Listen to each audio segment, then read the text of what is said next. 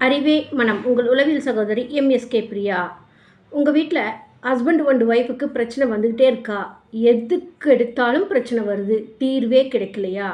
அப்போ நீங்கள் வாதம் செய்துட்ருக்கிறீங்க.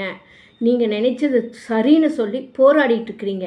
என்றைக்குமே நீங்கள் போராடினீங்கன்னா வெற்றி வராது.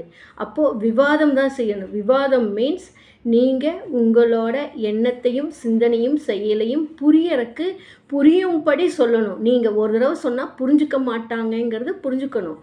இதுதான் விவாதம். அப்போ தனிப்பட்ட ஒரு நபர் 2 பேர்த்தில் ஹஸ்பண்ட் அண்ட் ஒய்ஃபில் யாரோ ஒருத்தர் எதுக்கெடுத்தாலும் ஏன் எதுக்கு இது புரியாதா அது புரியாதான்னா வாதம் நடந்துக்கிட்டே இருக்கும். இது லைஃப் லாங் பிரச்சனை தீராது. வாதத்தை தவிர்த்துட்டு விவாதம் எடுத்துக்கோங்க.